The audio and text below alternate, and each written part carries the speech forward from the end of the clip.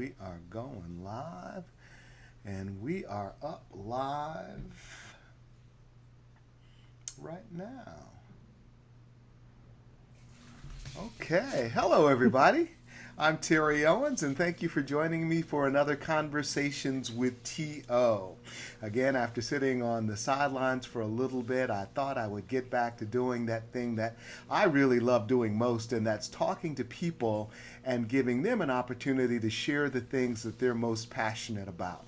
I did that for more than 20 years as a television news reporter, anchor, and talk show host, and now I'm doing it using this platform. We are broadcasting live on Facebook today.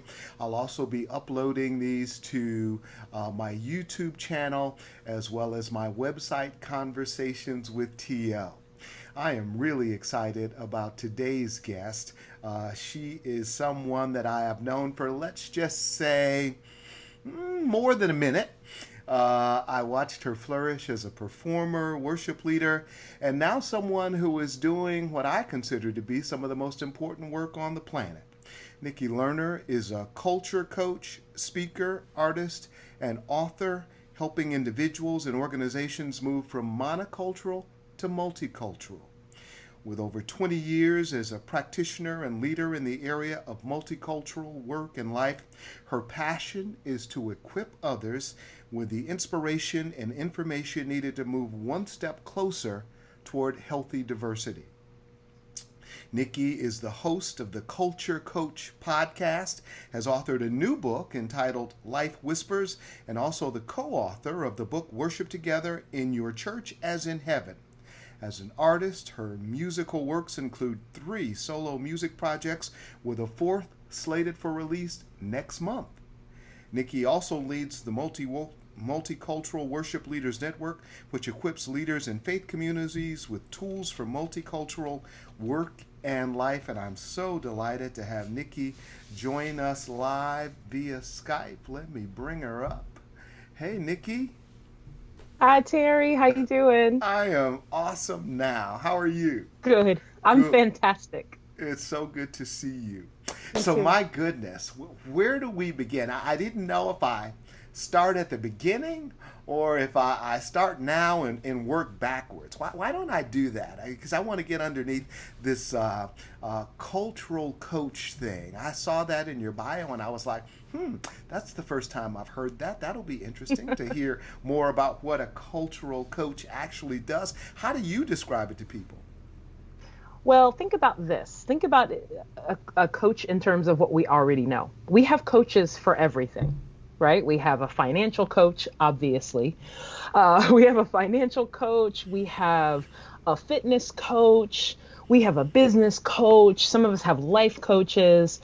And yet, when it comes to the area of navigating culture, particularly in the times that we live in right now, we kind of think that we've got it. Like we can use all of our pre-existing thoughts and ideas to start to navigate new waters, and that's not always the case for everybody. And so, how would it be if everybody had a cultural coach?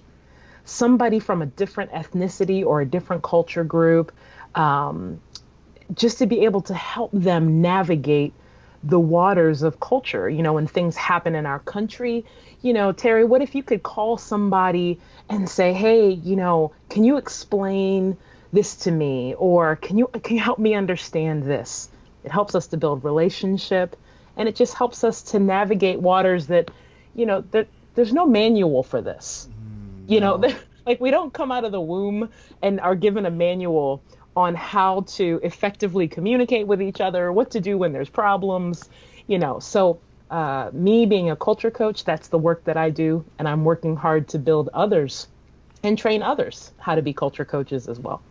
And the technology is really helping us in that. I tell you, just platforms like Facebook, while there's a lot of crazy out there, it also allows you to better understand some of the people that you've known for a very long time and thought you knew a lot about. When you look at some of the things they post, I have been, in most cases, pleasantly surprised, especially as I look across cultural lines at some of the kinds of things people that I've known for a really long time are looking at the world and the culture today and are saying, and it gives me a lot of hope as it relates to some of the challenges that we face. But what was it about your life's journey, do you think, that sort of prepared you for this work?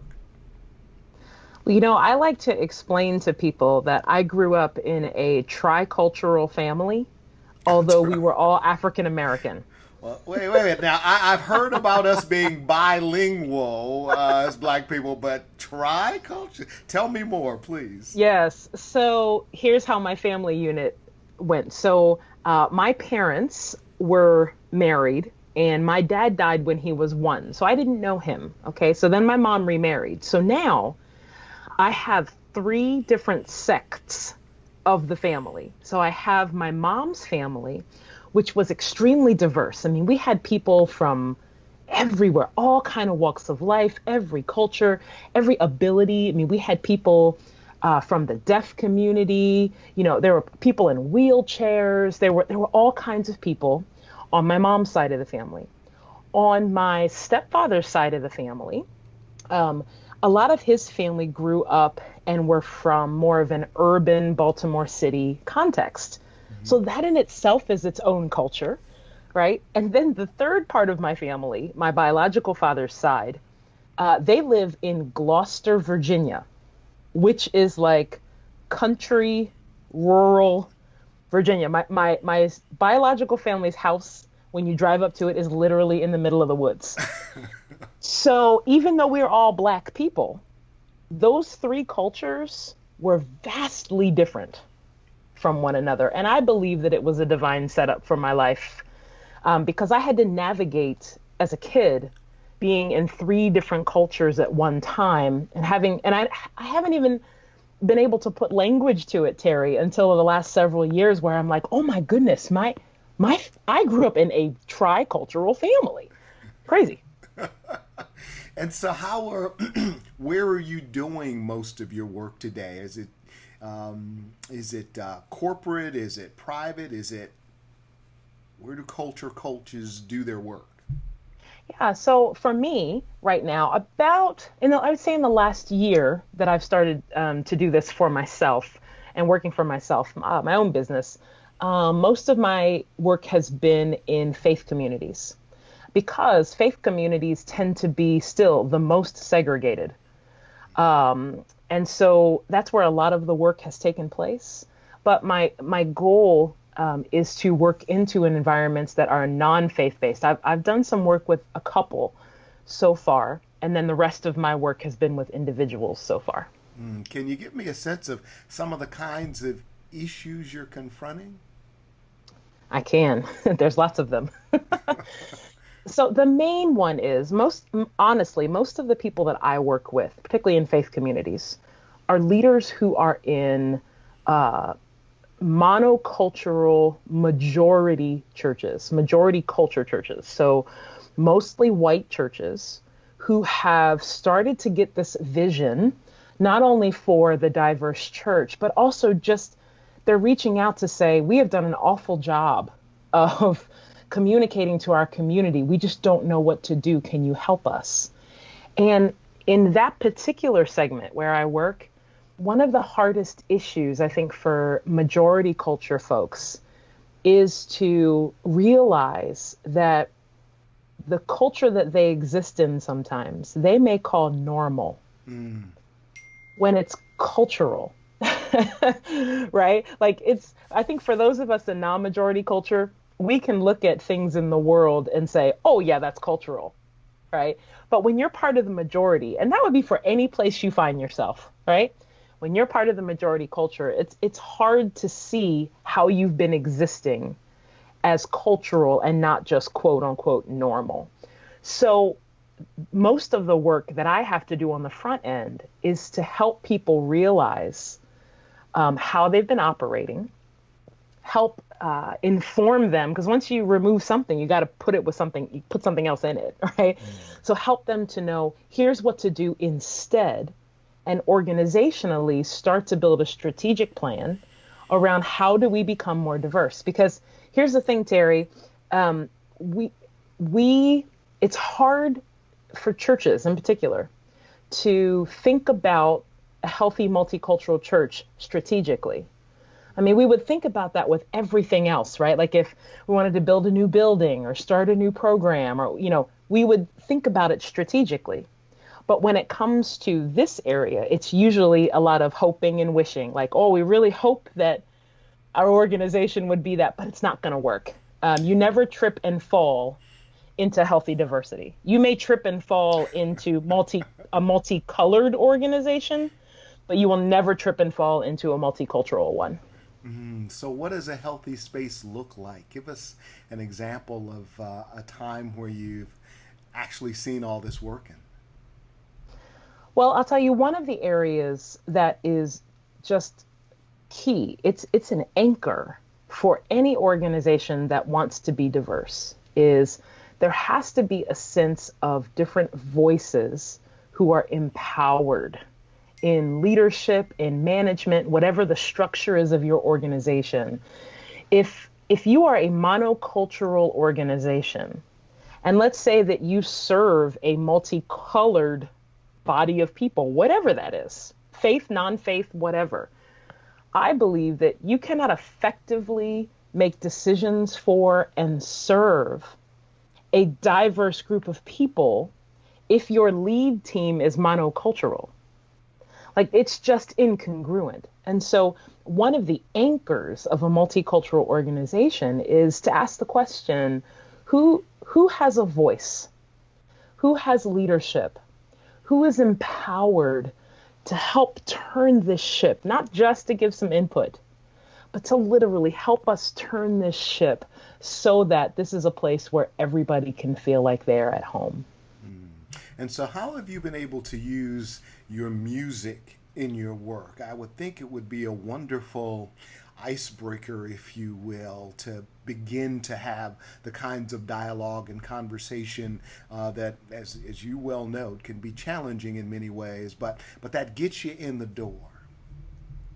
Well, creative work can reach people in a way that words or blogs or texts that they just can't reach. And it's not better or worse, just to be clear. It's just different. There's something about hearing the words of a song. I mean, you and I could probably sit here for 10, 15 minutes and think about songs, right, that make you feel something, or they motivated you to do something, or when you're going to work out, what do? You go play your favorite songs, right? Because they move you to do something. And so me and my team, my band, we have found that being able to use music to share the message of racial reconciliation, unity, oneness, positivity, a proactive movement, towards understanding one another, oftentimes hits the heart deeper than if you were to watch the news, or if you just were to hear, a good lecture or a good sermon or read something. Just something about being live in the moment that invites people to come into a new experience. So how has this pandemic crisis impacted your ability to do that work? Whew. Well, me along with everybody else. When this all happened, I do a lot of public speaking, a lot of conferences, that sort of thing, and being on site. It's very important to be on site with people when you're doing this work. And from about March through mid-June, I guess all of my events, like everybody else's, were all canceled in person. And so you really had to think about, okay, how do we do this work? So we've done a lot of work online, obviously, still with organizations as well as individuals.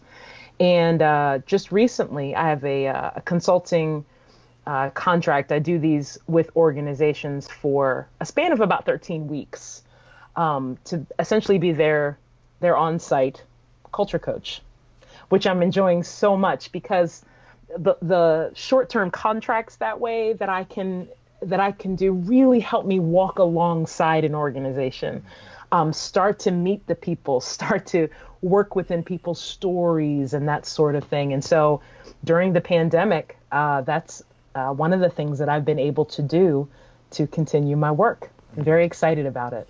Has this situation, this time, provided any new inspiration for new music? Have you been writing? I have been writing a lot. You know, we have this new record that's coming out next month called Human 2.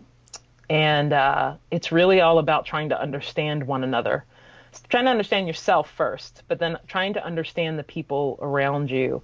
And I feel like, honestly, Terry, I'm doing some of my best work right here in the midst of the pandemic, being home, being focused, choosing what matters, being able to be on video calls with people and, you know, look them in the eye. I did this fantastic Zoom call. It was it last Monday? It might have been last Monday. And what I did was I sent out on my Facebook page and I said, anybody that wants to just engage with someone like me who's a culture coach, send me your questions about what's going on with the most recent events and all of those things. And I'll be happy to answer what I can, given my own experience. And I had about 15, 20 people on the call. And I learned a lot, Terry. I learned a lot. It was brilliant.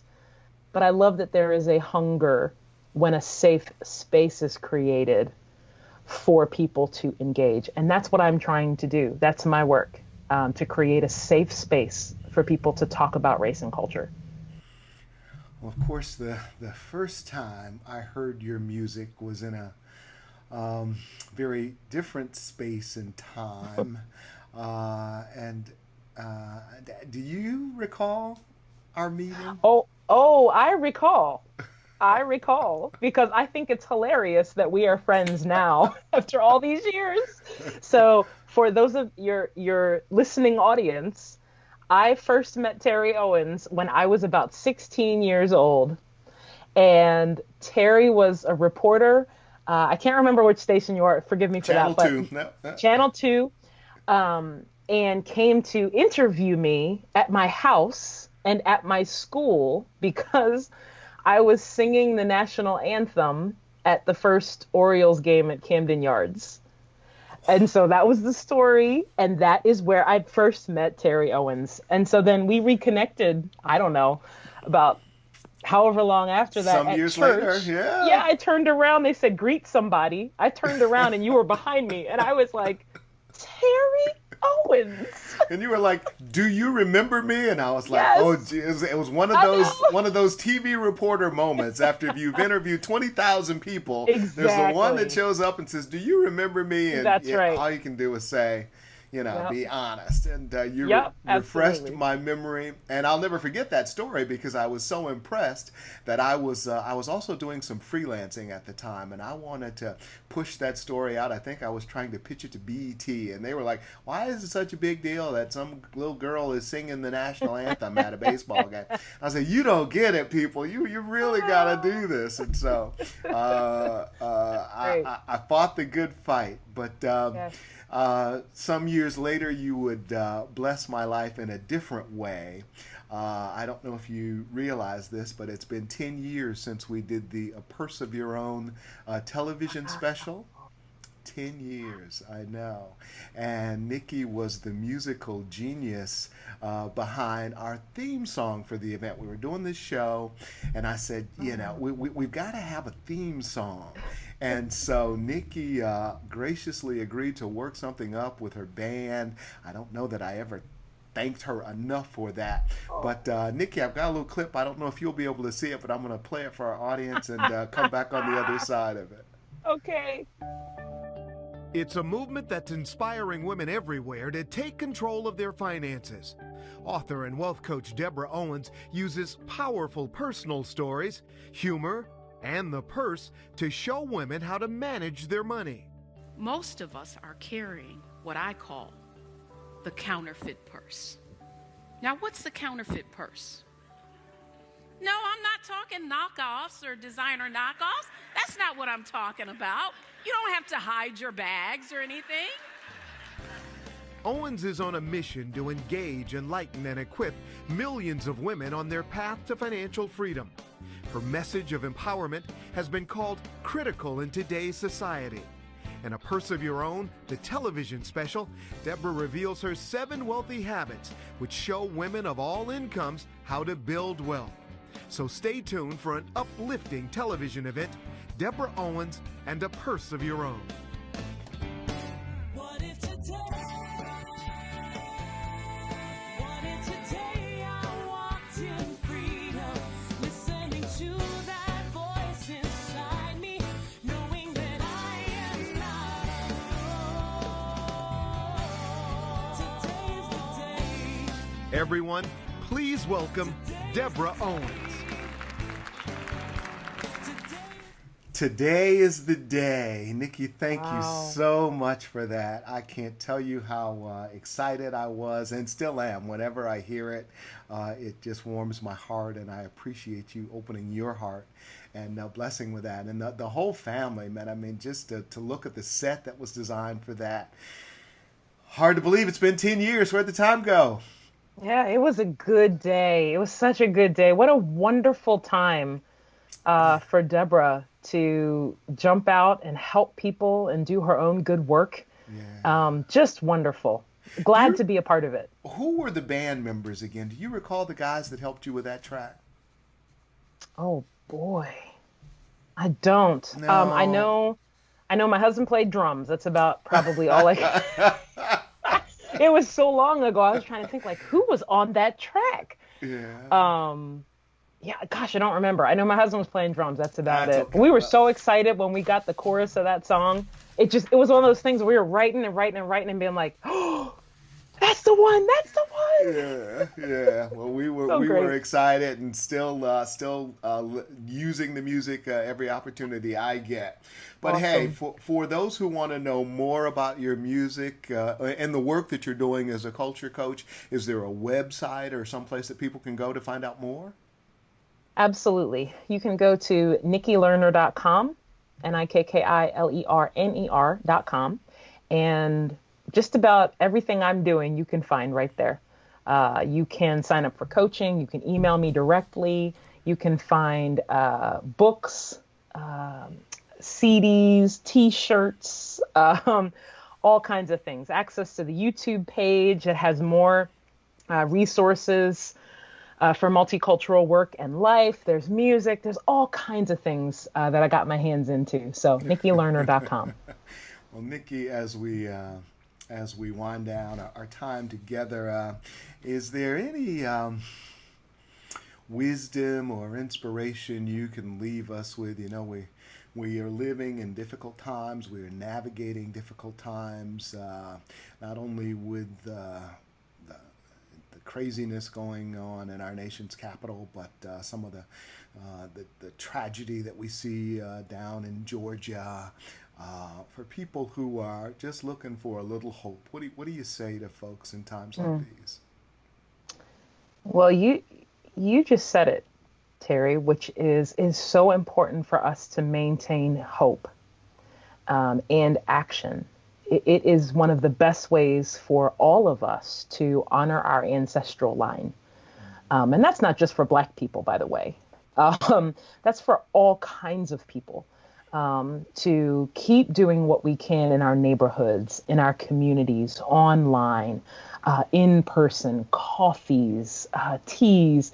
You know, a lot of times we have to make extra effort to intentionally place ourselves in places where it will not be monocultural. Not that we can't be in any space, but we really have to work towards, is there at least one space in my life, if it's not my personal life, but my work life, whatever it is, where I have access to different kinds of people, because it will remind you that you can press in, you can learn something new, you can actually be more culturally competent 6 months from now than you are right now. And it only takes a few steps, intentional steps, for you to start to move in that direction.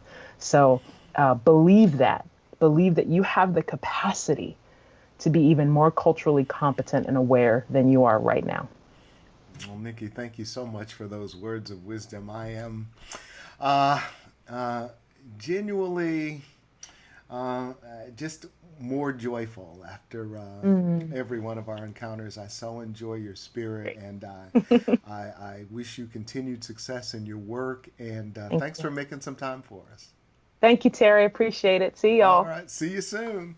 All right. That's going to do it for this segment of Conversations with T.O. Again, you can check out the website, Conversations with T.O., to watch all of the segments that we're taping. We're putting them under the blog content. We've also got a YouTube channel that's taking shape. So check us out again next time for another Conversation with T.O. Have a great day, everybody.